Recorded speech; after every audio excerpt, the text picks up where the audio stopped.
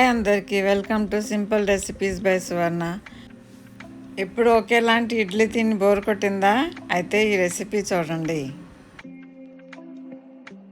దానికోసం ఇక్కడ 1/2 కప్ శనగపప్పు తీసుకున్నాను. ఫ్రై చేసుకోవాలి.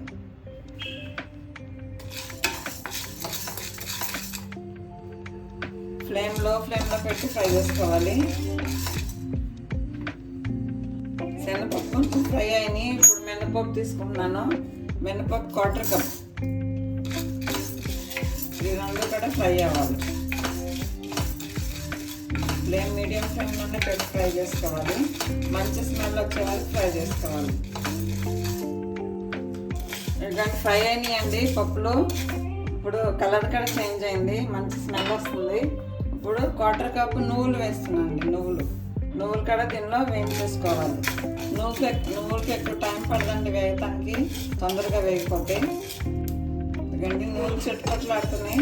ఇప్పుడు దీన్ని మనం వేరే ప్లేట్లో తీసుకుందాం. ఒక 20 ఎండుమిర్చి అండి, 15 to 20 ఎండుమిర్చి తుంచి ఫ్రై చేసుకుంటున్నానండి.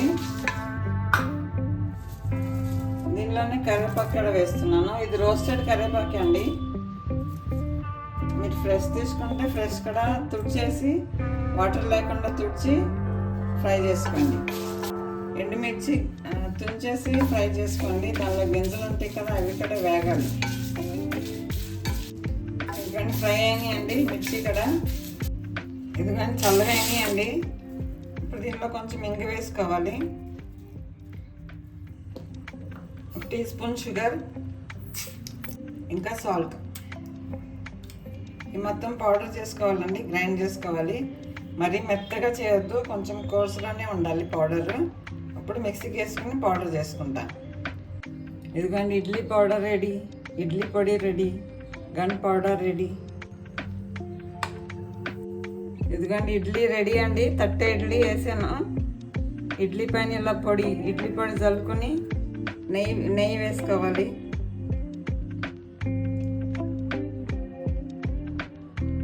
Ready with sambar. ఇడ్లీ పొడి, ఇడ్లీ విత్ సాంబార్.